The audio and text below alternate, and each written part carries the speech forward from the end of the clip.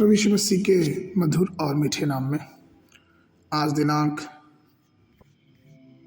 10 मई दिन शुक्रवार को आप सब श्रोताओं का हम स्वागत करते हैं। आज के दिन के लिए जो वचन लिया गया है उत्पत्ति की पुस्तक उसका पहला अध्याय 6वां पद। वचन कहता है, फिर परमेश्वर ने कहा, जल के बीच एक ऐसा अंतर कि जल दो भाग हो जाए।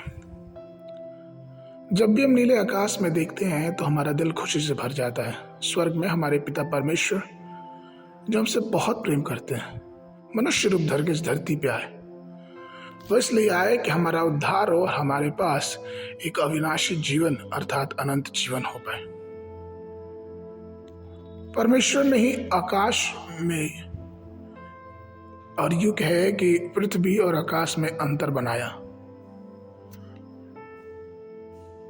ये आकाश का जो तात्पर्य है वो इससे है कि परमेश्वर ने देखा कि ये अच्छा है और उन्होंने अंतर बनाया। इस बात को आप समझिए कि परमेश्वर ने ही सब कुछ बनाया। इफिसियों 2:6 में वचन कहता है, उसने हमें एक साथ उठाया और मसीह यीशु में स्वर्गीय स्थानों पे एक साथ बैठाया। इफिसियों 1:3 वचन कहता है कि हमारे प्रभु यीशु मसीह कि परमेश्वर और पिता का धन्यवाद हो जिसने हमें मसीह में स्वर्गीय स्थानों में हर प्रकार की आत्मिक आशीषें दी।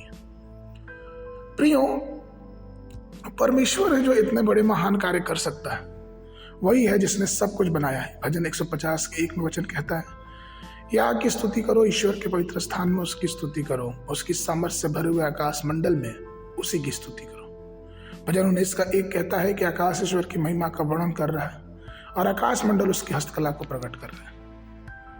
आप इस बात से बखूबी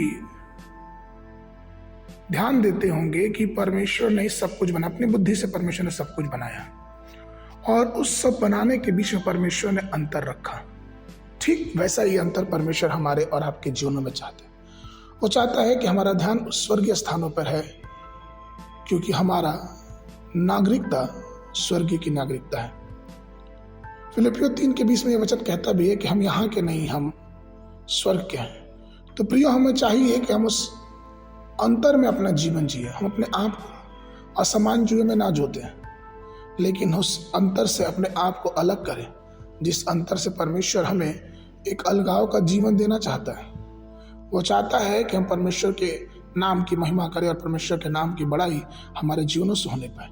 कुलुसियों 3:4 में वचन कहता है कि जब मसीह जो हमारा जीवन है प्रकट होगा, तब तुम भी उसके साथ महिमा समेत प्रकट किए जाओगे। तो प्रियो, ये बहुत जरूरी है कि हम इस बात को समझें कि परमेश्वर हमारे जीवन में अंतर देखना चाहता है, क्योंकि उसने पूरी सृष्टि में ही अंतर की स्थापना की और उसने देखा कि अच्छा है। इसलिए आइए अपने जीवनों में एक अंतर बनाए और अपने आप को स्वर्गीय स्थानों में पाने के लिए, अविनाशी मुकुट पाने के लिए उस मार्ग पे चले जिस मार्ग को परमेश्वर ने ठहराया है। आज के मनन के लिए कुलुसियों के पत्र उसका 3 अध्याय 1 और 2 पद। सो जब तुम मसीह के साथ जिलाए गए हो तो स्वर्गीय वस्तुओं की खोज में रहो, जहां मसीह वर्तमान है और परमेश्वर की दाहिनी ओर बैठा है। पृथ्वी पर की नहीं परंतु स्वर्गीय वस्तुओं पर ध्यान लगाओ। बाइबल अध्ययन के लिए सुबह के समय 2 राजा उसका 10 और 11 और 12 अध्याय, शाम के समय यूहन्ना 1 अध्याय 29 पद से लेके 51 पद तक। परमेश्वर आप सबको आशीष देवे।